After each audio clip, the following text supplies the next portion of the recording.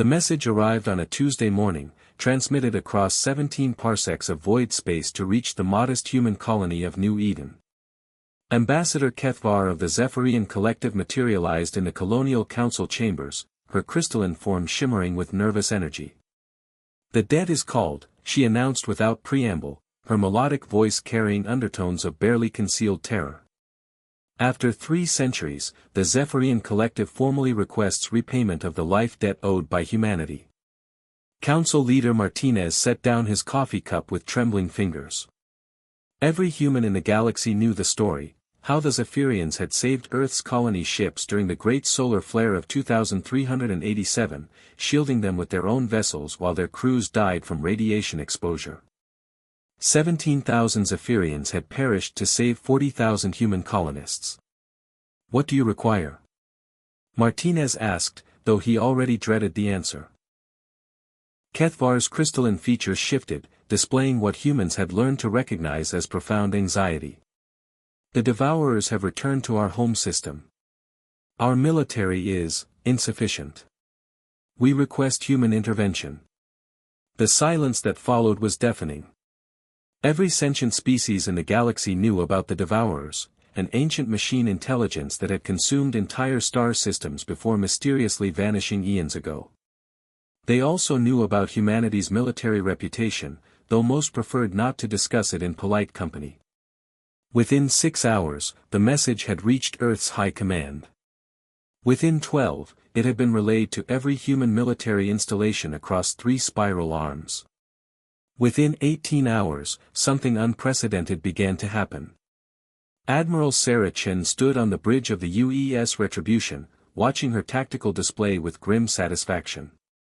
Around her, the largest human fleet ever assembled was taking formation. 800 warships, from massive dreadnoughts to sleek destroyer squadrons. But that wasn't what made the galaxy tremble. It was who was commanding them. General Marcus Kane, the Butcher of Proxima. Admiral Yuki Tanaka, who had turned the siege of Vega into a verb. Colonel James Morrison, whose tactical innovations had been banned by the Galactic Warfare Convention. They had all come out of retirement, along with hundreds of other human military leaders whose names were whispered in fear across 1,000 worlds. The Zephyrians had expected perhaps a token force, maybe a single battle group. They hadn't expected humanity to treat the debt like a sacred obligation, mobilizing their entire war machine for the first time in over a century. As the human fleet jumped to hyperspace, emergency sessions convened across the galaxy. The Altarian Senate went into emergency session. The Draconian Empire sealed their borders. The peaceful Etherians began evacuating their outer colonies, despite being 3 sectors away from the conflict zone. "Why are they all so afraid?" asked Lieutenant Commander Torres, studying the intelligence reports streaming in from across the galaxy. Admiral Chen turned from the viewport, where the twisted geometries of hyperspace flowed past like liquid nightmare. "Because they remember what we're capable of when we're angry," she said quietly. "And we've never been this grateful before." The human fleet dropped out of hyperspace at the edge of the Zephyrian system, where the Devourer fleet waited like a cancer in the void, 300 biomechanical monstrosities, each the size of a small moon, already in the process of stripping mining operations from the asteroid belt.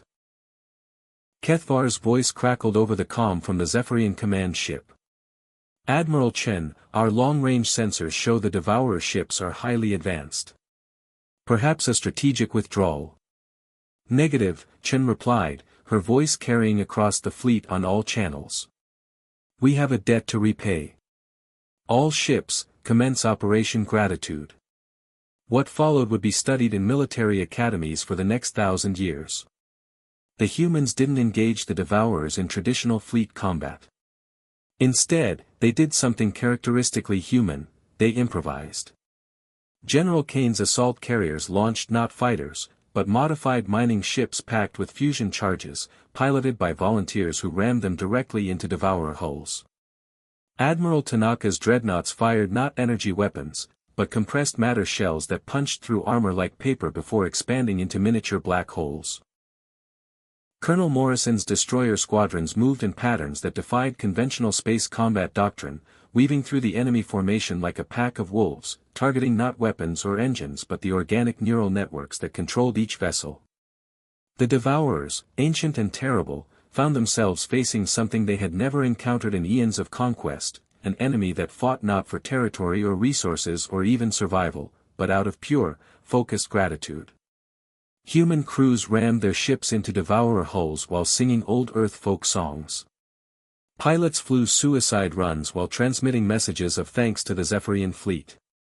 Marines boarded Devourer vessels armed with nothing but explosives and the absolute conviction that no sacrifice was too great to repay the debt they owed. The battle lasted 14 hours.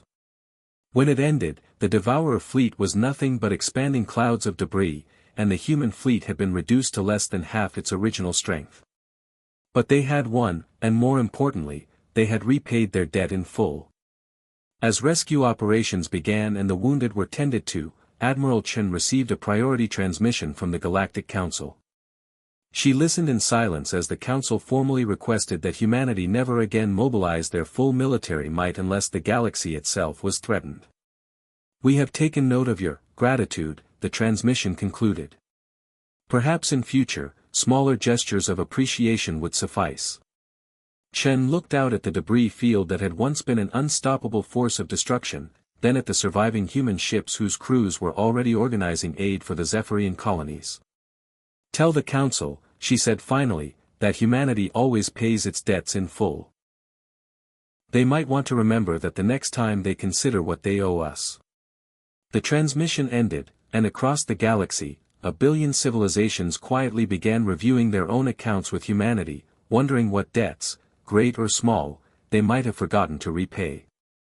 In the silence of space, the survivors counted their losses and their blessings, while the galaxy itself learned a lesson it would never forget: when humans say they owe you, the wise thing to do is graciously accept whatever small token they offer first. Because their gratitude, like their wrath, knew no bounds.